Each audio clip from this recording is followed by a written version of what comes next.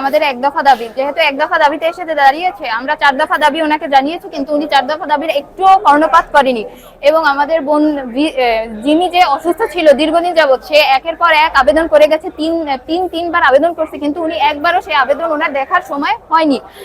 এই কারণে উনি আর সব থেকে বড় কথা, রেজিস্ট্রার যে আমাদের, উনি হলো গিয়ে রিটায়ার্ডে যাওয়ার পরও ওনার শপথে বহাল রেখেছে।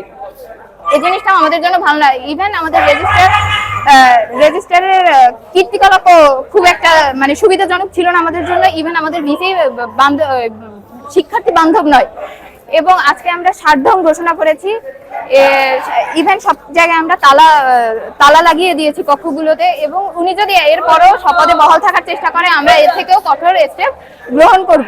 এর তো অগ্রগতি কোনো দেখা গেলই না, বরং আন্দোলনের দাবিতে যখন শিক্ষার্থীরা বিভিন্ন দাবি দেওয়ার প্রেক্ষিতে যখন আন্দোলনে মাঠে নামলো, তখন তাদের বিরুদ্ধে পুলিশি কায়দায় মানে মামলা জিডি ইত্যাদির মাধ্যমে আওয়ামী লীগ আমলে আমরা যেমন দেখেছি যে কেউ যৌক্তিক দাবি নিয়ে মাঠে দাঁড়ালে ফ্যাসিস্ট কায়দায় মামলা, জিডি, হামলা ইত্যাদির মাধ্যমে আন্দোলনকে দমানোর চেষ্টা করা হতো। আমরা এক্ষেত্রেও এরকম দেখি। এ ধরনের ন্যাক্কারজনক কার্যক্রমকে আমরা ঘৃণা করি। বান্ডেল থাকলে প্রতি সেনমানিতে টাকা বাঁচবে। বিকাশ সেনমানি বান্ডেল কিনে জিতুন প্রতি লেনদেনে। আজকে আপনারা জানেন যে আমরা আমাদের পূর্ব ঘোষিত কর্মসূচির অংশ হিসেবে প্রশাসনিক ভবন তথা প্রশাসনিক যত দপ্তরগুলি আছে সেগুলি শাটডাউন করেছি। আমরা অলরেডি আমাদের সে পূর্ব ঘোষিত কর্মসূচি আমরা করে ফেলেছি। আমাদের অবস্থান কর্মসূচি ছিল, সেখান থেকে আমরা মিছিল সহকারে সকল শিক্ষার্থীদের সমন্বয় করে আমরা এখানে যত দপ্তর আছে সকল দপ্তর আমরা তালা ঝুলিয়ে দিয়েছি।